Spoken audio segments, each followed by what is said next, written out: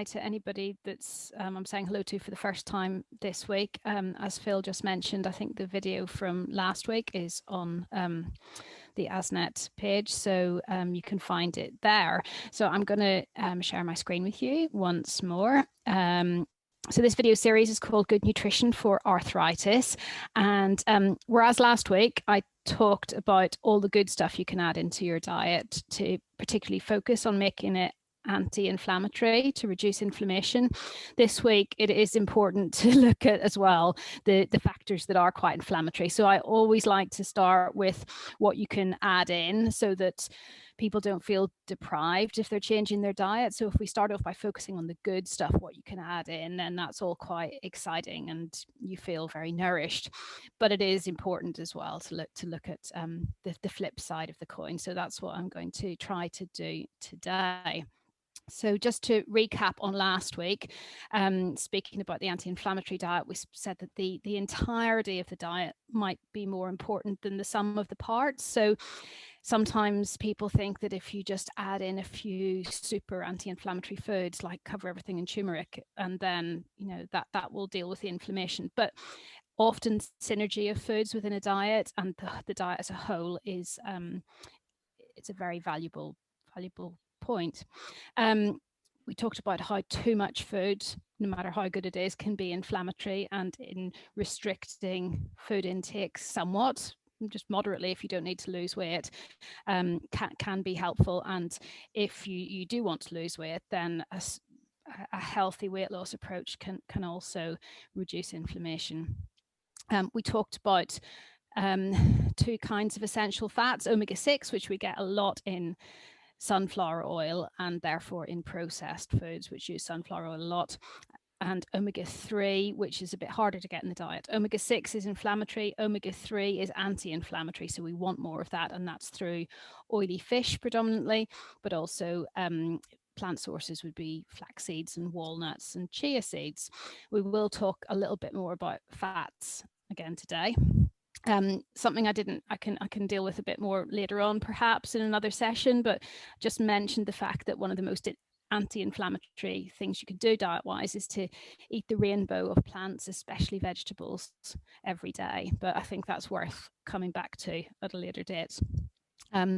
Herbs and spices we're going to talk about again today can be very anti-inflammatory, and we talked about how extra virgin olive oil has a special place in the very anti-inflammatory Mediterranean diet, which this is, and this picture is up on your website as well now, which is a Mediterranean diet pyramid. So at the base of the pyramid are the foods which, if you eat, which are eaten most often in the Mediterranean diet and which are very anti-inflammatory. So a base of vegetables, fruit, whole grains, pulses, and then going up the pyramid, foods which you eat less and less. And last week we really focused on some of the things that are written on the left-hand side about how it's important to have that favorable omega-3 to omega-6 ratio. We talked about anti-inflammatory foods that you can include. This week I'm sort of going more over to deal with the right hand side of this image and talking about some of the things in particular that there's evidence for about being inflammatory in arthritis. So that's just a reminder of what we should be included in the diet and what should be less so. So those items at the top of the pyramid, say red meat, not included so much, and the items down on the bottom right and the text in this red box. You can go back to this later, and this is some of the things that we shouldn't be including. So it says trans fatty acids, for instance, high salt, high glycemic index, which means a lot of sugar, high calories. So these are some of the things that I'm going to be talking about today that are pro-inflammatory, and talking about them and what you can do to substitute other things for them in the diet, because it's not terribly helpful just to say don't eat that. You need to know what you can eat instead. So the things that the points that are inflammatory that I'm going to cover today: inflammatory fats, because not all fats are good for us. We talked about the omega-3 fats that were good for us, but not all fats are good for us. Salt is, there's a lot of evidence around salt and inflammatory arthritis. So what to do about that? Sugar is one of the most inflammatory things that there is, one of the most inflammatory things that there is. And yet it's very addictive. So it's very difficult to it can be difficult to reduce your sugar intake. So talking about ways to do that. And then whilst I don't want to personalize this too much, and there are other foods that will be inflammatory for individual people. So someone asked me last week, were nightshade vegetables good to eat, or were they inflammatory? Those are sort of individual questions that will be different from person to person. But I did want to mention gluten, which is a compound found in wheat, as being inflammatory for quite a lot of people. So I'm not going to get into some of the other nutrients that might be inflammatory for some. I'm trying to keep it applicable to as many people as possible today, but I think that gluten is affects enough people adversely that it's worth mentioning here. So starting off with the inflammatory fats then from that list, there's always a lot of there's some controversy in nutrition research about labeling good and bad fats and which fats are helpful for certain conditions and which might not be. And you'll probably be aware that throughout the 70s and 80s and 90s there was a big low fat movement, so that we were encouraged not to eat much dietary fat. That has somewhat reversed these days, and there are a lot of proponents of a high fat diet. What is not so much in question, however, and there's not much debate about it, are some of the fats that are not helpful to health. So even the proponents of a high fat diet will say that certain fats are inflammatory. And the biggest of those are a group called trans fats. So a trans fat doesn't occur naturally in the sort of fats and oils that we find naturally in food. It occurs when oils are overly processed.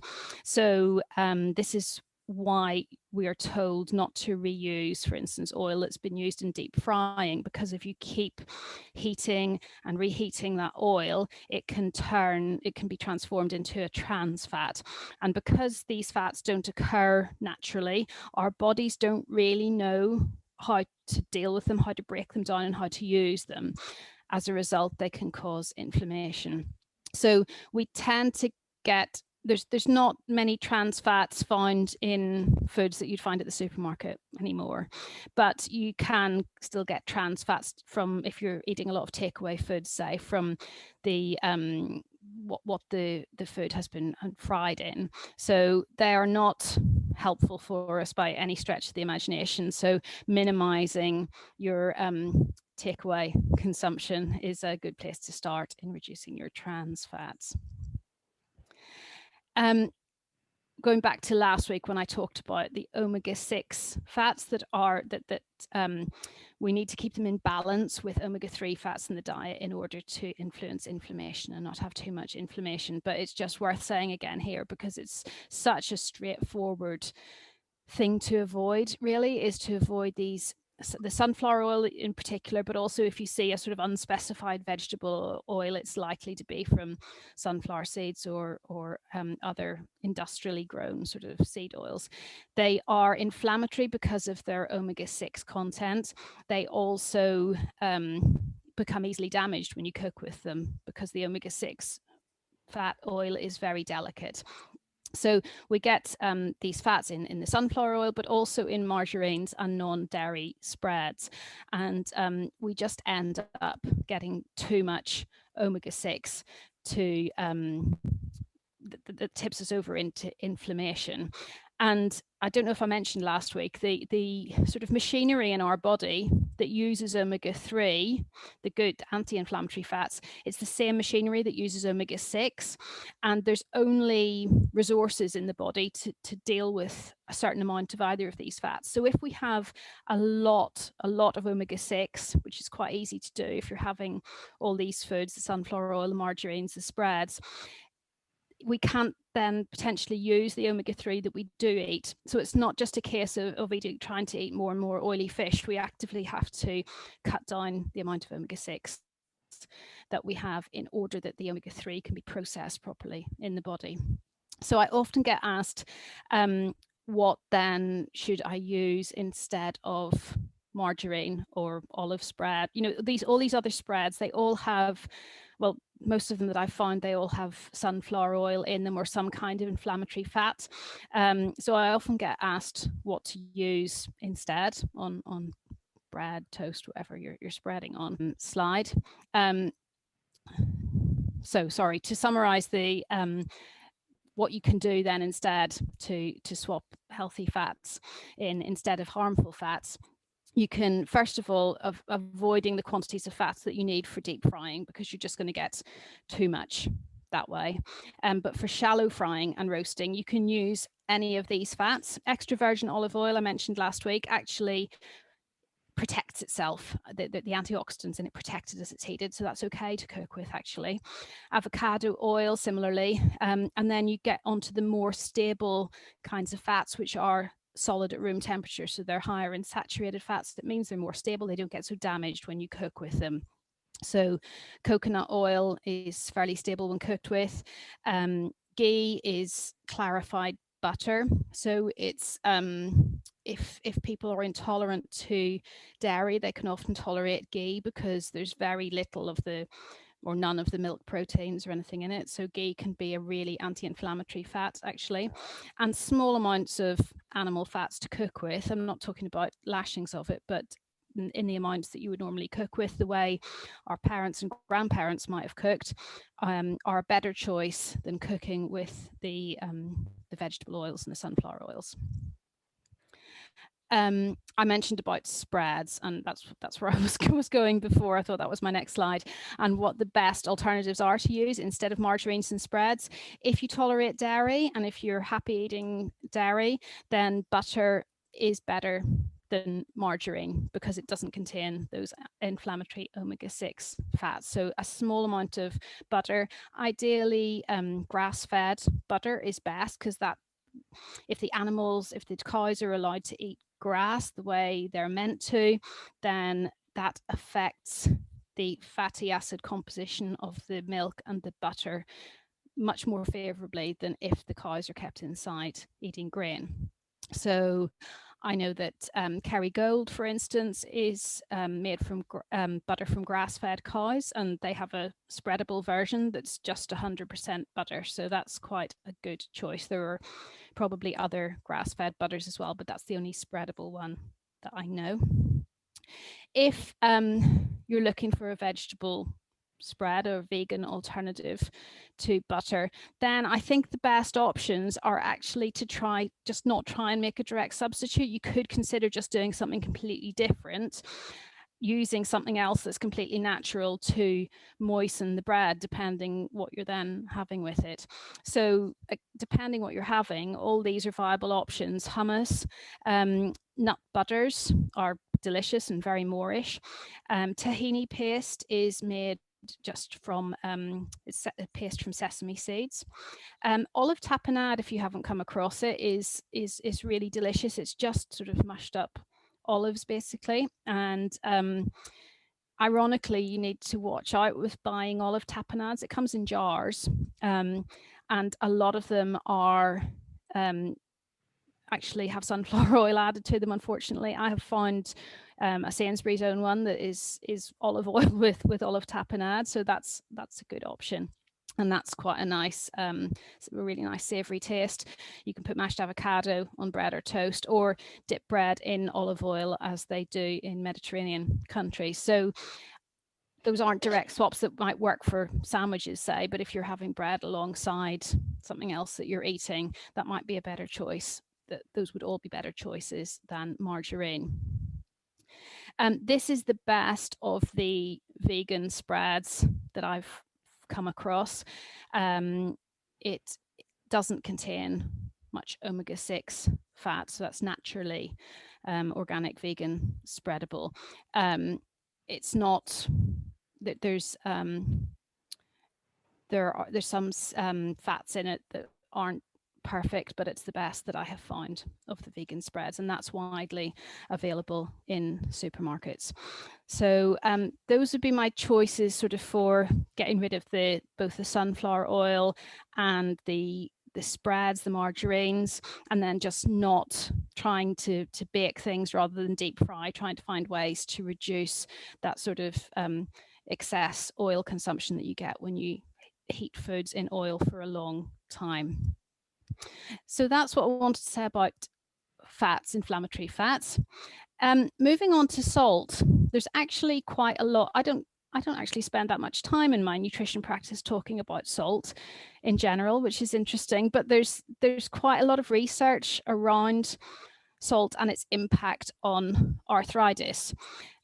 We do need salt in the diet. I mean, salt in olden times was highly prized. It's referred to, for instance, in biblical texts as being, as valuable as salt. People were paid in salt. The word salary comes from salt. It shows how important salt is, because the sodium in salt is absolutely essential for our electrolyte balance in the body.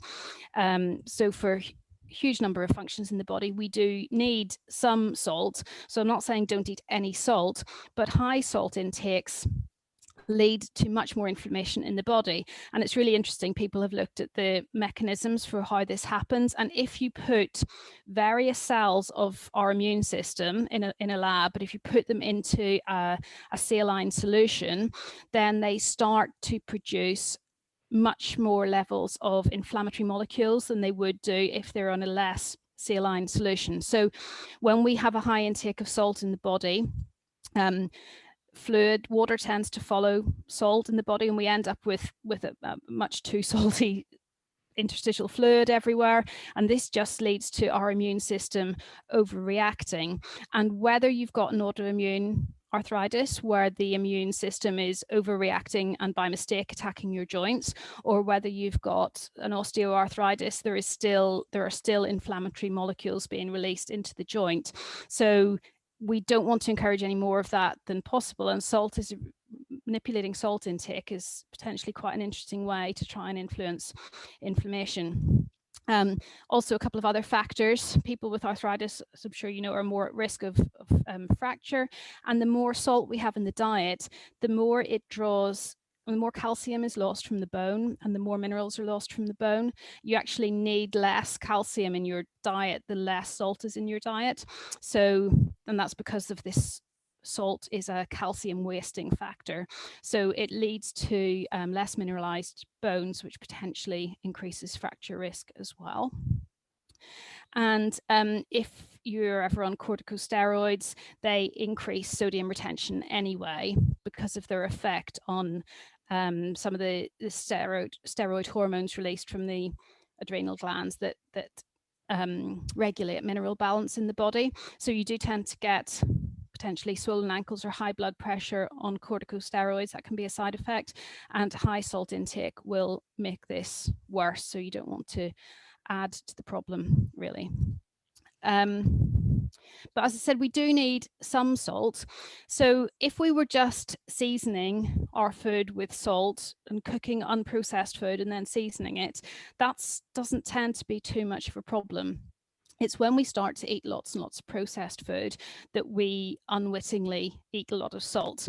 And it's because salt does make food taste so palatable, and food manufacturers are very aware of this and manipulate the fat, the sugar and the salt content of foods to make them what's called hyper palatable, so that we just keep wanting more.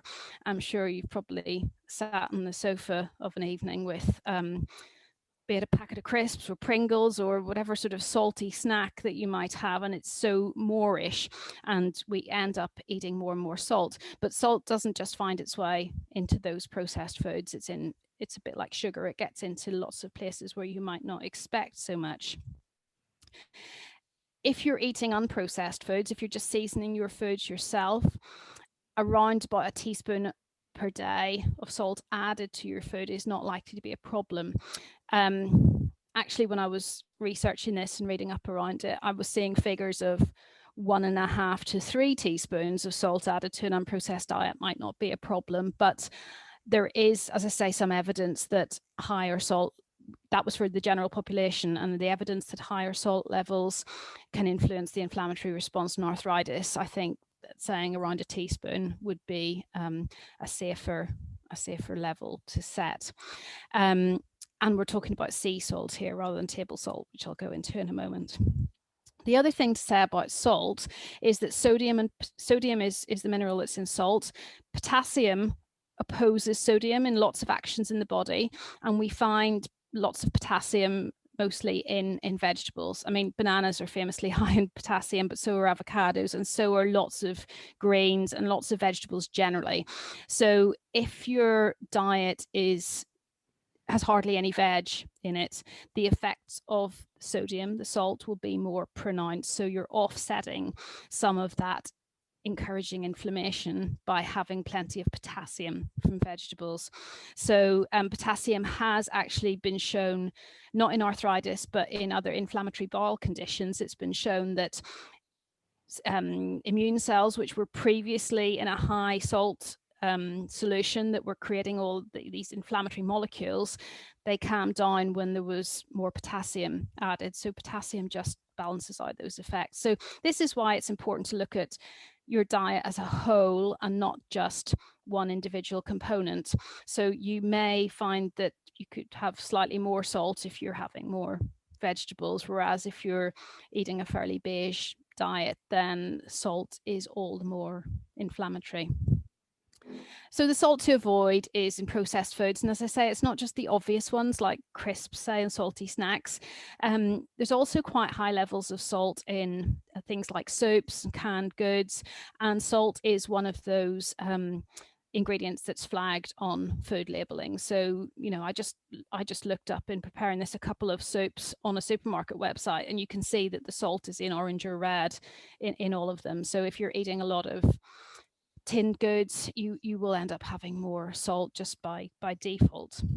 And avoiding refined table salts where you can, because it really is stripped of anything other than sodium chloride.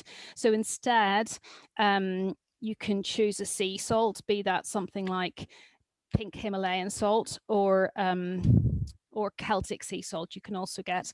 I sort of buy. I don't know if you can see in my photograph, in my video rather than on my slides, I buy big bags of Himalayan pink salt from online sellers, be it Amazon or elsewhere, and then just decant that into a little salt cellar. And that's a cheaper way to buy Himalayan salt. So that the reason I'm recommending those is they do have other trace minerals in them which have been taken out of table salt. So you're in the same way as potassium from vegetables will balance out some of the effects of sodium. If you're getting other trace minerals along with your sodium, you're getting some other balancing effects. And we don't always know all these ins and outs of the benefits of getting all the trace minerals, but this is salt in a much more natural state, and I'm all for just the wisdom of nature and going with how things would be found naturally. The other thing you can do instead of using salt is to use seaweed, which of course tastes salty and has lots of minerals from the sea that occur naturally along with the sodium. You do need to be careful if you've got any thyroid issues about the amount of iodine that you end up eating if you're having lots of seaweed. But for moderate amounts of seaweed, for the amount that we all use it shouldn't really be a problem. So these are some different seaweeds that I found in the cupboard. Some of them are like the dulse in the top right corner. That's just dehydrated seaweed that you can rehydrate and use on top of salads or vegetables or whatever. Some of the ones in the foreground, the sea greens and the sea spoon, they're all sprinkles or really finely ground seaweed that you can use, shake over food the same way that you would do salt, but you're getting a lot of different minerals from that rather than just salt. And the final thing, the more that you use herbs and spices, the more interesting your food will taste and the less salt you need to add to it. And you know, fresh herbs are great, but also dried herbs and spices. And if you keep them on a spice rack or easily accessible on your worktop, you're much more likely to use them than if they're hidden away in the back of a cupboard. So keep them where you can see them and use them liberally. They do reduce they reduce salt intake, and they can also reduce how much you have to sweeten foods as well, which brings me on to my next food to avoid, which is sugar. Now, sugar really drives inflammation like hardly anything else.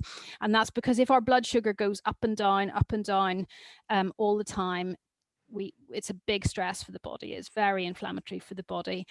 So much so that I'd planned to do a whole section about blood sugar really at the end of the month. So I'm not going to go into the mechanisms of how it happens and why it's inflammatory just today. But yeah, sugar is one of the most inflammatory nutrients that there is. And it's not just refined sugar, it's hiding all over the place in all sorts of nutrients. So there's a list of just some of the names that you might find on the ingredients list of foods, that some of them may be more natural than others, but they will all raise your blood sugar. And that's the process that's inflammatory. And an added one on the end, maltodextrin, through some quirk and loophole of food labeling, does not have to be declared as a sugar. So sometimes things will say sugar-free and they contain maltodextrin. It actually acts on your blood sugar faster than table sugar does. So that's an extra one to avoid. I'm not quite sure why it doesn't have to be declared. I remember signing one of these petitions that go around the internet one time to say that maltodextrin should have to be declared as a sugar, but it still doesn't have to be. So the sugar sneaks in under lots of different names in lots of places where you wouldn't expect it to. Artificial sweeteners, so this is the things like sucralose, aspartame, sulfame. There's various names for them and they come under different brand names. The non-calorific sweeteners, the ones that don't have any sugar in. They don't raise your blood sugar, it is true, but they still sort of condition your body to expect sugar. So they're not entirely benign. So they keep you craving sugar if you're someone who craves sugar, and they might have an adverse effect on the gut. And they may also, although the evidence is really sketchy, have some of the adverse effects on metabolism that sugar does, because your brain is expecting to get a sweet hit when you have an artificial sweetener. So all this, I mean, they just continue to make it difficult to escape eating sugar. So I tend to recommend people trying just to reduce their sugar consumption considerably, so that the only sweeteners that you're using, if you can, are whole fruits. So say in baking, using, you can get recipes with applesauce or with dates, or these things are still sweet, but they're coming with fiber and other nutrients as well as sugar. The more you cut out sugar, the more your taste buds will change, absolutely, for definite. And this is where the artificial sweeteners are keeping people trapped, really, because they're not allowing people's taste buds to change. So if you get rid of a lot of the refined sugar and sweeteners from your diet, you suddenly taste the sweetness of fruit, and you also are much more discerning of other savory tastes because your whole palate just changes. You do need to be eating enough protein to stop sugar cravings. So eating protein with every meal is important when you're trying to get off sugar. And then some tips and tricks that have helped me personally. I find that herbal teas, either with cinnamon in it. I mean, cinnamon is great for giving a slightly sweet taste and balancing blood sugar and getting rid of sugar cravings as well. So cinnamon tea is quite helpful. And licorice, any herbal teas with licorice in them. Be careful with licorice if you've got high blood pressure, because it can raise blood pressure. But if you don't, licorice gives a really sweet aftertaste, so it can be really helpful in herbal teas.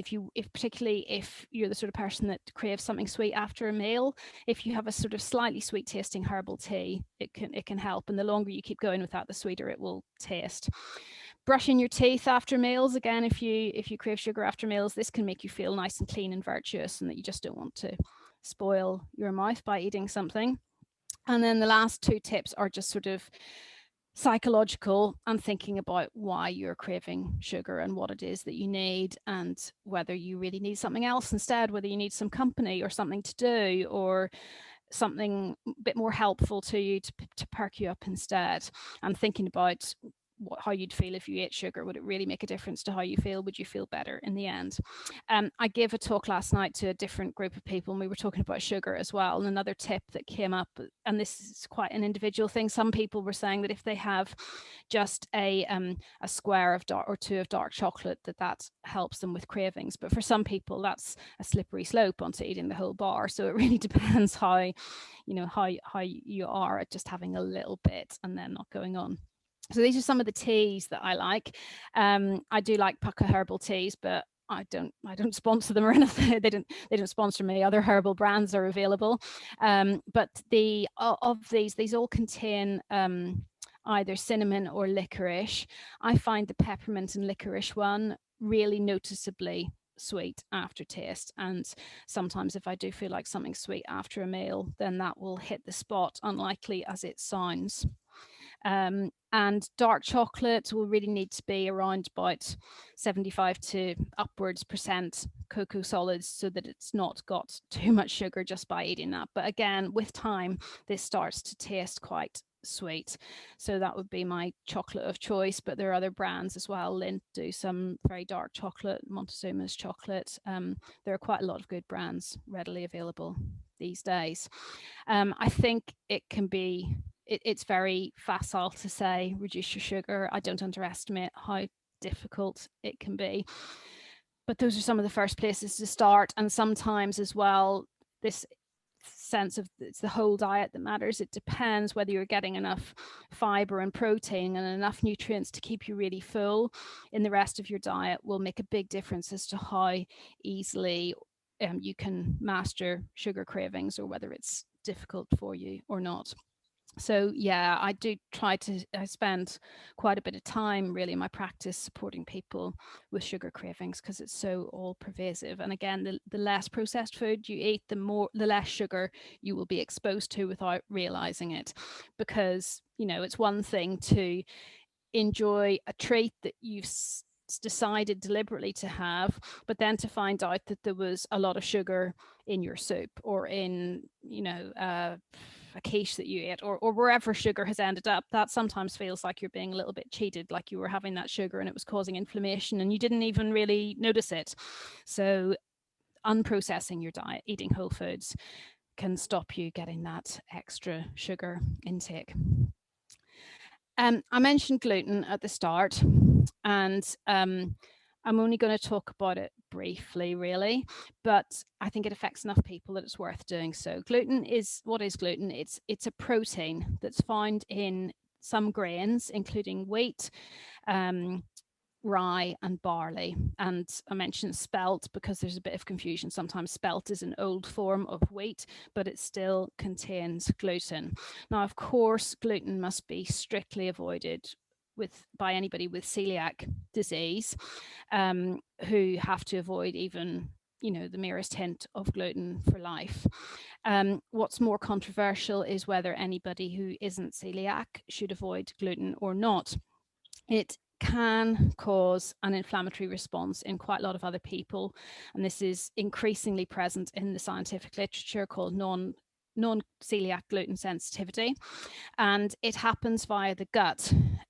What gluten does in the gut is that we have a layer of cells between our digestive tract and our bloodstream, and they are designed to selectively allow nutrients through and keep toxins out. It's just one cell thick, and these cells, you can envisage them sitting on top of each other like bricks on top of each other in the wall of a well, and imagine that there is grout between these bricks. So these cells lining our gut are tight together, tight against one another. What gluten does is it causes an opening of the joints between these cells, and it does this in everybody, but in some people that stays open for longer, whereas in people who don't react to gluten, they seem to close together and become tight again the way they're meant to be.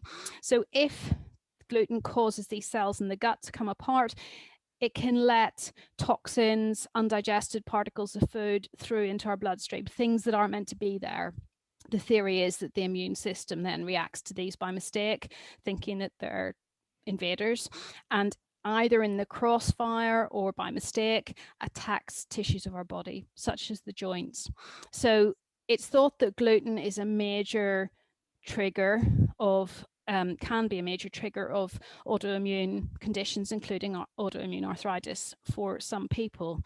There's also quite a big overlap between people who have celiac disease and certain other autoimmune conditions.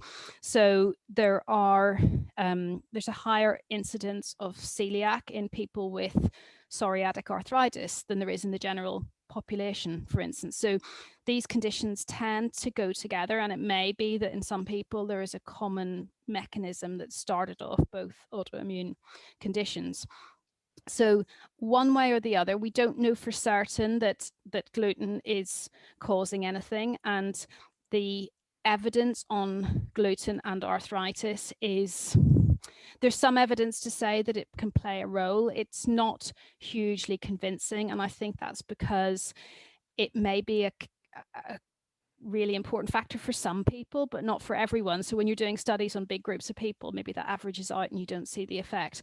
I believe that for some people with autoimmune disease, that getting rid of gluten from the diet can be really helpful in reducing inflammation. There was one interesting trial that showed that a year of people with rheumatoid arthritis who tried a vegan and gluten-free diet for a year experienced a reduction in disease activity, and the authors of the study sort of hypothesized that this was because there were fewer compounds from their diet that they were reacting to, but they didn't separate out the gluten-free bit from the vegan aspect of the diet, so we're not too sure. There was another study on people with psoriatic arthritis who found that they had a higher prevalence of antibodies against the gluten than people did from the general population. So that if you took a group of people with an inflammatory arthritic condition and looked at whether they reacted to gluten or not, you find that that was more likely in them than in people who didn't have psoriatic arthritis. So it's sort of weak evidence, but like I say, it might be worth trying, and it might be a missing piece of the sort of the puzzle for you. So if you were considering this and to see whether gluten made a difference to symptoms, you tend to need to avoid gluten for about a month, a calendar month, to really make a difference in terms of reducing immune system activity against the gluten. However, when avoiding gluten, it's not necessarily terribly nutritious to go down the gluten-free aisle in the supermarket and eat the gluten-free substitutes instead. So this is what I really wanted to cover here, was what you could eat instead if you were thinking of avoiding gluten, to see how it impacted your symptoms, if at all. So rather than trying to find direct substitutes, I know it's a challenge, but I think it can be better to try and just focus on what foods you can eat and just plan different meals, rather than trying to find gluten-free breads in particular. Can be difficult to find good ones. So the things that you can eat that are gluten-free, the grains are rice, quinoa, buckwheat, despite having the word wheat in it, is gluten-free. Millet, amaranth, you'd probably only find in health food stores. Corn and oats. If the oats are often processed along with gluten and they end up having traces in it, but you can get gluten-free oats, and oats themselves don't contain gluten. So those grains are good to eat on a gluten-free diet. And then you can also get your carbohydrates from starchy vegetables, potatoes, sweet potatoes, squashes, etc. All vegetables and fruit are gluten-free. And then all the rest of the foods in the diet, all the rest of the whole foods, vegetables, fruits, nuts, seeds, pulses, dairy, eggs, and animal products are all naturally gluten-free. So rather than thinking of what you can't have, focusing on a list of foods that you can have and putting unprocessed meals together from those can be a more helpful approach. There are, however, more gluten-free products all the time as more and more people try avoiding gluten, and there are some not bad ones among them. So for instance, with pasta is an easier swap than bread. You can get chickpea pasta, brown rice pasta, buckwheat pasta, depending on what supermarket you're shopping in. It's quite easy to get a pasta product that's no more processed than wheat flour pasta is. Bread is a bit more difficult. So in my recipes this week, I have included a gluten-free bread that doesn't need to be kneaded at all. It's just it's quite a dense bread, a bit more, I suppose, like the texture of a tea bread or something, but savory.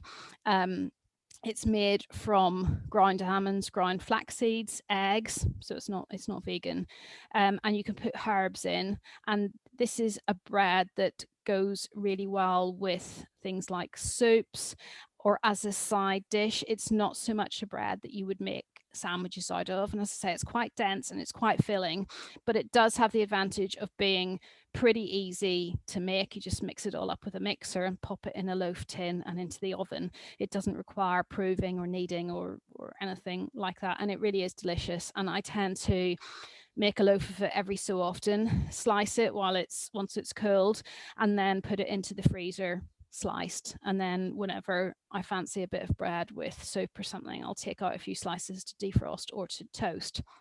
So it's really quite easy in term as bread making goes. And I'd rather do that than buy one of the supermarket gluten-free breads, because they tend to have just loads of sweeteners and thickeners and weird starches, like, you know, potato starch and this starch and that starch. And by the time I'd have gone through all the ingredients and decided whether I wanted to eat them or not, and then gluten-free breads don't tend to taste the same as gluten breads made from gluten. What gluten does is that it's quite stretchy, and as when you bake with it, this is why it's such an attractive ingredient and why we use wheat so much, because it provides that lovely sort of stretchy light structure that we enjoy in breads. And in order to recreate that without using gluten, you tend to need to add such a lot of additives.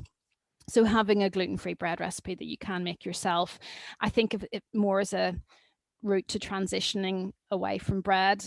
Whilst you work out what other meals you can possibly make that don't involve bread, you can have some of this whilst you're sort of working it out and going through that process. So yeah, this one is well tried and tested, and I really like it.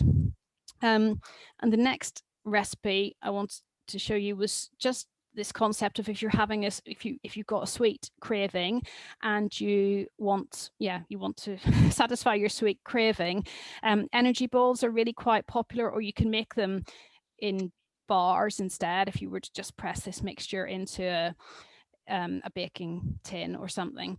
But it's this concept of having dried fruit as your sweetener, but then putting protein and fiber with it from either nuts or seeds, in order to what this does is it slows down the spike in blood sugar, making the dried fruit less inflammatory than it could be.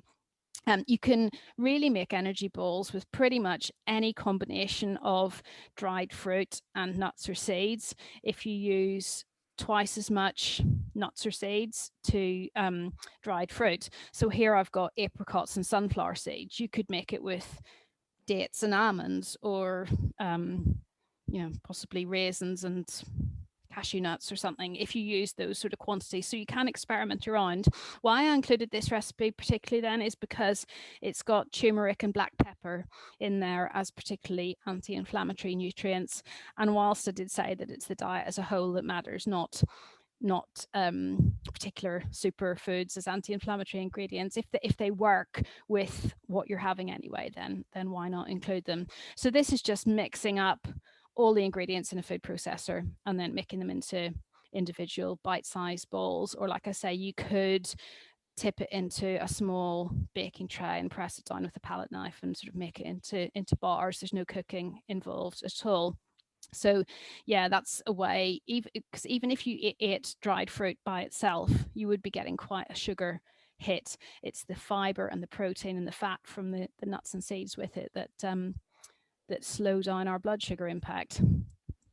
So there's a gluten-free recipe there, a refined sugar-free recipe for a sweet treat.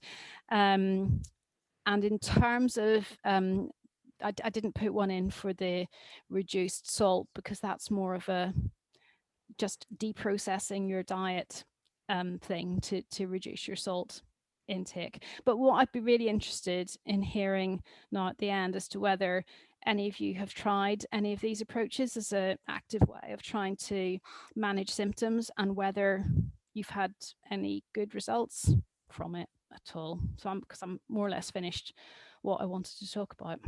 So I'll stop sharing and just open it up and ask if anybody's tried any of this. Has anybody tried these techniques to? Yes, we've tried the seaweed, the ground seaweed, and we use potassium chloride rather than sodium chloride. Oh, is that the is it Herbalife or something, that the salt alternative that you can get? Low salt, isn't it? Is it low salt? Called low salt?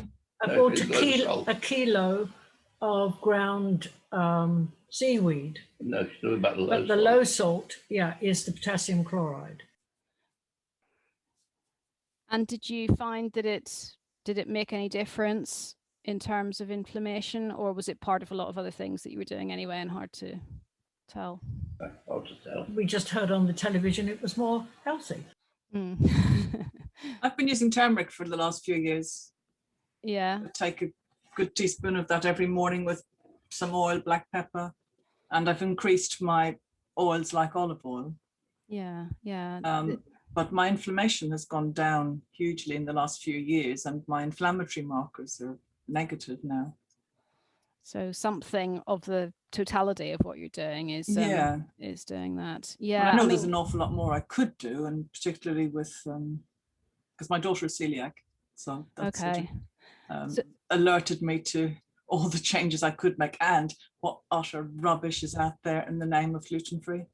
Yeah, yeah, and especially if someone's celiac, then they need all the help to absorb nutrients because of the damage in the small intestine. So I talk to celiacs just about how you need to make every mouthful count rather than wasting it on the gluten-free rubbish, like you say, because you need to be getting your nutrient density with everything that you're eating. So are you a gluten-free household then? No. Because no, yeah.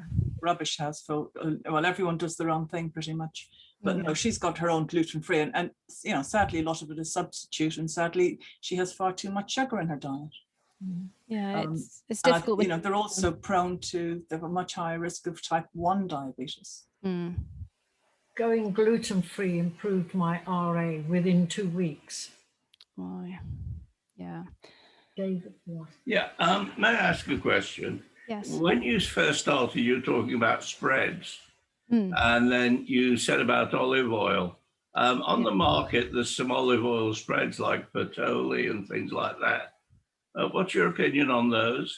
I think firstly, if they were completely olive oil, then I wouldn't necessarily have a problem. But they do tend to have, when you look at the labeling, they tend to have other oils in there as well, and they tend to be blends. And some of those other oils aren't so great. And also, I do just question about we're told now that there aren't hydrogenated oils in spreads. So when you're looking at fats that should be oils are just fats that are liquid at room temperature. So sunflower oil, olive oil, they should be liquid at room temperature. In order to get them into a block that people can spread, you have to process it and do various chemical things to it. That used to be by a process called hydrogenation, and you ended up with a harmful oil. Hydrogenated oils aren't sold in supermarkets now, etc. I'm still not entirely sure, and I should really check out how they make those liquid oils, solid, because it just feels like something that shouldn't happen naturally, and I wonder what impact that has. So yeah, I used to, before I looked into it, or before I was a nutritionist, I used to have olive oil spreads thinking that they were the best choice. But I actually think if you eat dairy, then butter can actually be quite anti-inflammatory, and ghee even more so, because it also it has an anti-inflammatory action that's separate from what we've talked about, because it provides a little bit of a compound called butyrate that's very anti-inflammatory in the gut, and that's where a lot of our inflammation comes from. So butter and ghee can actually be quite anti-inflammatory, and that's why I say they're a better choice, really. It's interesting because ghee used to be one of the no-nos. Yes, yes. Wasn't it because, is it saturated fat? Yes, there's a lot of saturated fat in it. And I still have, when I have Asian clients and I ask them what they cook with, and they say almost without exception, sunflower oil. And I say, could you cook with ghee? Well, I could do, but I've been told not to do that for years and years. And yes, of course, my grandmother did that. But, and I think just from the point of view of, even without evidence, but just looking at the epidemic of non-communicable sort of chronic diseases that we didn't have generations ago, there are so many factors in that, but one factor in it has been the movement away from doing what our grandmothers did. So yeah. How about the sesame seed? Sesame seed, again, will be very high in omega-6, and it's a very delicate oil. So it does, that omega-6 fat does tend to get damaged as you heat it. Yeah, you mentioned the sunflower oil, but you haven't mentioned rapeseed oil. Is that the same? No, rapeseed oil is a different crop, and it gets a fairly good press because it's got a high smoke point, and it also has quite a high omega-3 content. It also has quite a high omega-6 content. I just tend to avoid it because there's better evidence around the health benefits of other oils like olive oil. I think we mentioned this last week. And rapeseed oil sort of came from a crop. Rapeseed at first was an industrial oil that then had to be modified in order to make it fit to produce an oil that's fit for consumption. So again, just thinking from a traditional foods point of view, I'm a little bit dubious, but I haven't seen any evidence that it's harmful, it's fair to say. I normally use the sesame oil and the sunflower oil and corn oil. Okay, so they are all quite high in omega-6 and therefore will be pushing up inflammation. And then there are two now, I think, really good studies that looked at heating various different oils, and olive oil just came out the best in terms of how little damage it sustained when it was heated, because it's got a really high antioxidant content, and those antioxidants, they're a bit like little fire extinguishers putting out the damage when it gets heated up. So much more so than the other oils that they tested. Thank you. Yeah, I've been following a vegan and cooking with no oils at all. I followed a chap in Australia that sort of made his alleviated his rheumatoid arthritis symptoms. So that, and combining that with exercise. So I did that a few years ago. Lost about 25 kilos. Why? Because I was exercising, and it made me. I mean, some people thought I was ill, even though I was feeling good. But as I've gone on, I've added some processed foods. I'm still vegan. I've added some processed foods and things like some margarines, but the inflammation has got worse. So I'm wondering whether I need to actually go back and onto the strict approach that I was using. Yeah, I mean, certainly when you cut out all oils, you get rid of a lot of the inflammatory oils. I guess long term, it's whether, I mean, you do need some fat in your diet, even if it's only the essential fats. You need some omega-3 in your diet. But yeah, you probably got rid of a lot of the inflammatory stuff along the way. Coffee and all processed foods to begin with.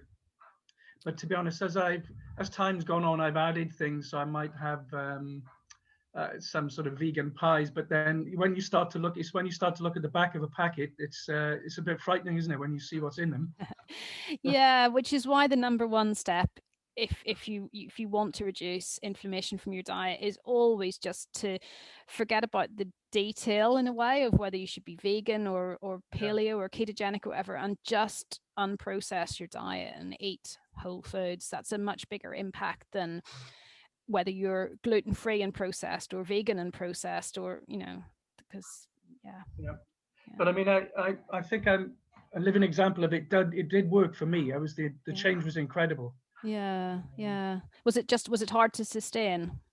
No, I mean, I kept it up for, I think the idea is you introduce things, you start from sort of, you eliminate most things and then slowly build up. Yeah. I started off eating lots of things like sweet potato and quinoa, buckwheat. Yeah. And some of the other grains that you were saying. There's one from South America. Was that Amannath one? Quinoa's from South America. Amaranth. There was another one. There was Amaranth. Yeah. Yeah. Because they I think they contain some of the essential amino acids, don't they? Yeah. Quinoa's yeah. So I started on that, and then I suppose you just, to be honest, when you think you're okay, you start adding things just out of excitement. So I think, yeah, but it definitely worked. But it was just the initial stages were hard when you're completely changing your diet. But once you, like anything, when you get in the rhythm of doing it, you begin to appreciate the taste of things more. Yeah, absolutely. Your taste buds do adjust. So it's really good to hear. I just wanted to add in some real lived experience rather than just theory, I guess, to benefit everyone.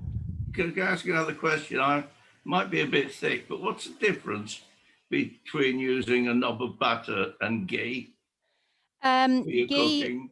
I'm not an expert and I've never made ghee, but as I understand it, ghee is made by heating butter and skimming off what rises to the top. So it's called clarified butter. So it will certainly, if there are any traces of milk proteins in butter, they'll probably be removed by the process of skimming off the top. I don't know if anyone else has made ghee and can explain it more clearly than that. Yeah, some recipes years ago when I did lots more cooking, it would say clarified butter, and you have to clarify it before you add it. Yeah. So there's likely to be fewer allergens if there's anything that you're reacting to in butter. So some people who are very sensitive to lots of foods might not even be able to have butter, but they might be okay with ghee. And also, I think if you remove or if you clarify it, it doesn't burn, I always put a little bit of olive oil in with my butter anyway to stop it burning, but clarifying it definitely makes it an easier oil to cook with. Okay, interesting. Yeah. Joan, you talked a bit about that, you were saying, I think last week, that any food is inflammatory, and we're talking a bit about fasting. What's your take on intermittent fasting, when you might there's a certain fad now where you might eat in an 8-hour window? So say, for example, you might eat from 12 o'clock midday and eat your food between then and 8 o'clock at night. Is there any? Yeah, I think there's several different things going on, and there's one of the leading researchers into fasting doesn't like general questions about it, because he said, we don't say, is eating good for you? Why do we say, is fasting good for you? There's so many different ways to fast, but that one is called time restricted eating. Some of the benefits are probably to do with eating with your body clock. There's a lot of research now around eating in your circadian rhythms, and that it's not good for you to eat in the middle of the night. So shift workers have risk of more health conditions, partly because they're doing things out of sync with their circadian rhythm. So some of the benefits are because of that. Some of it's because if you restrict your time, people automatically seem to consume fewer calories. And also it is true that every time we eat, we have a little inflammatory response as our body processes the food. So if you cut down the number of times that you eat during the day, you're reducing inflammatory responses with every snack that you cut out. And there's not much you can do about that. I mean, some foods are more inflammatory than others, but just the process of eating and digesting will cause inflammation. Interestingly, I've been trying there's what's called a 5-day fasting mimicking diet, where you, according to a particular plan, reduce calories quite a lot for 5 days. So you do still eat. It's not complete fast, but it seems to have some of the metabolic benefits of fasting. So that's been interesting. I've been doing that myself this last month and the month before, and I'm going to continue doing it for a few more months, for 5 days a month, and see what happens. But there's a lot of research on the benefits of that as well. I'm not sure if it's been researched in arthritis. That has been researched in a lot of conditions. I can check that one out. Yeah, there's a lot to be said just for not eating late at night. Yeah. Thank you. Yeah, thanks, Joan. That's very interesting. There's a lot to take in there again. But I have to go back and go through that. But I can hang on to the thing about not eating at night. Yeah. Can manage to do. Yeah, okay. Thanks a lot. Thank you. Thank you very much. John. See you next week. Thank you. See you next week. Bye. Thank you.